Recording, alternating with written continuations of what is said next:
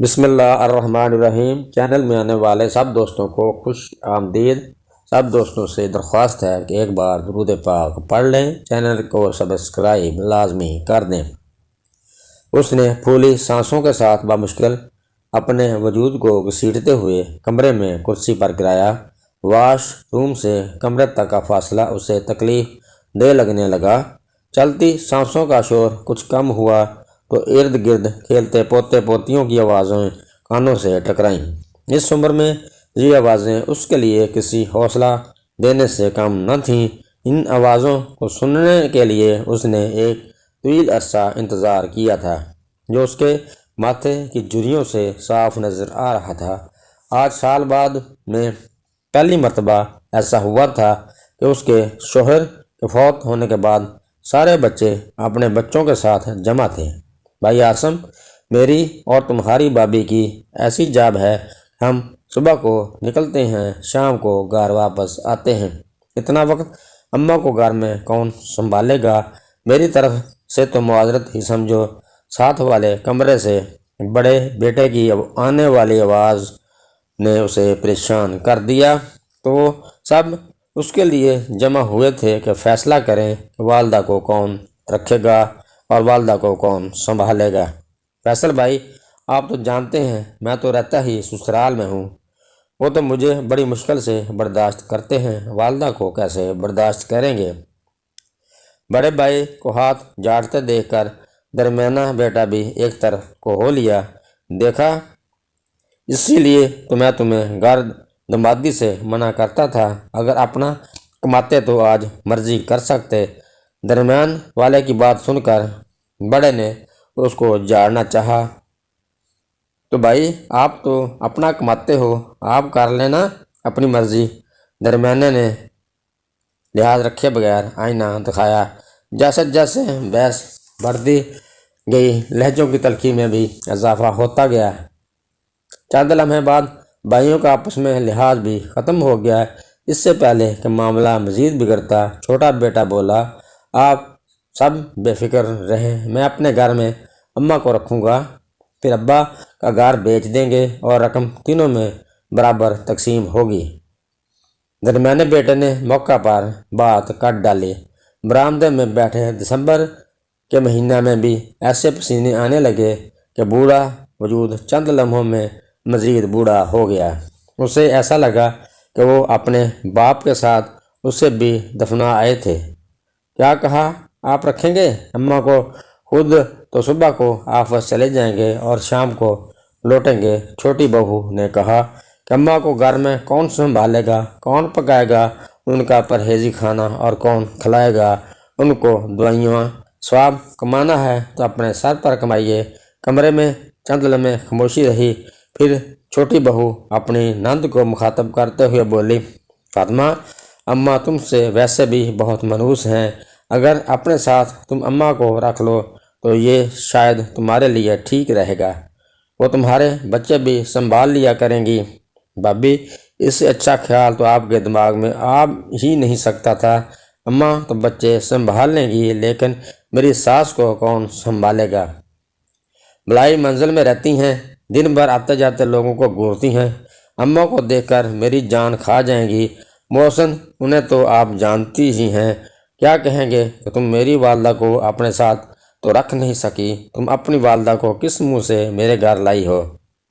نہ بھی کہے تب بھی ان کا مزاج ایسا ہی ہے، وہ تو پرائے مہمان کو بھی ایک دن سے زیادہ برداشت نہیں کرتے۔ سینے کی گھٹن کچھ اور بڑھتی گئی، ماضی کی یادیں ایک ایک کر کے اس کی آنکھوں کے سامنے آنے لگیں۔ بڑھاپا بھی عجیب چیز ہے، سب بھلا دیتا ہے سوائے ماضی کے۔ وہ جب بیاہ کر اس گھر میں آئی تھی تو اپنے بڑے گھر کے سامنے اس کو یہ گھر چھوٹا لگتا تھا۔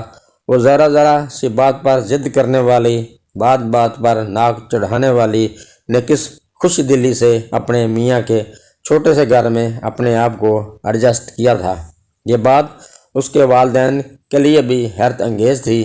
4 نئے دن خوشی خوشی گزر گئے، لیکن پھر اکتاہٹ ہونے لگی۔ وہ آشائشوں کی عادی تھی، اس چھوٹے سے گھر میں کیسے رہ سکتی تھی؟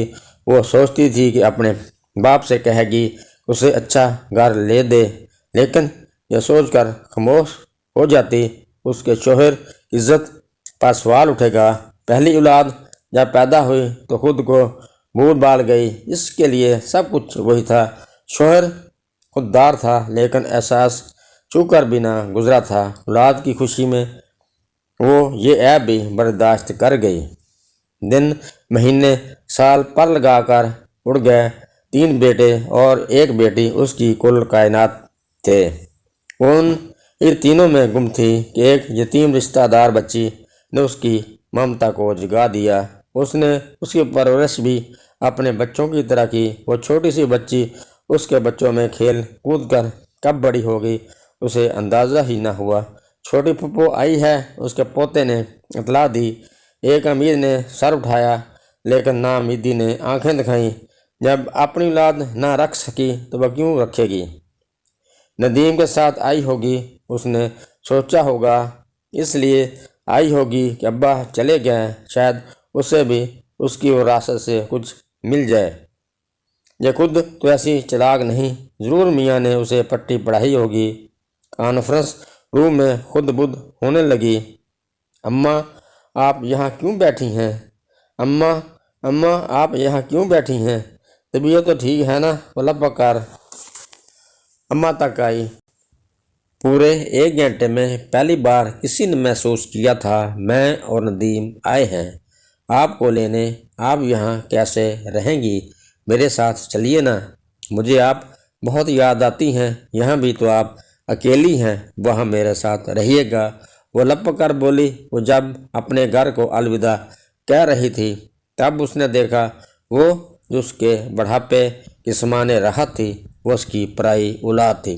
اسے لگا اس کے بچے لپک کر کہیں گے نہیں ہماری والدہ ہے، یہ ہمارے ساتھ رہے گی، لیکن ان کے لبوں پر جیسا قفل پڑے تھے۔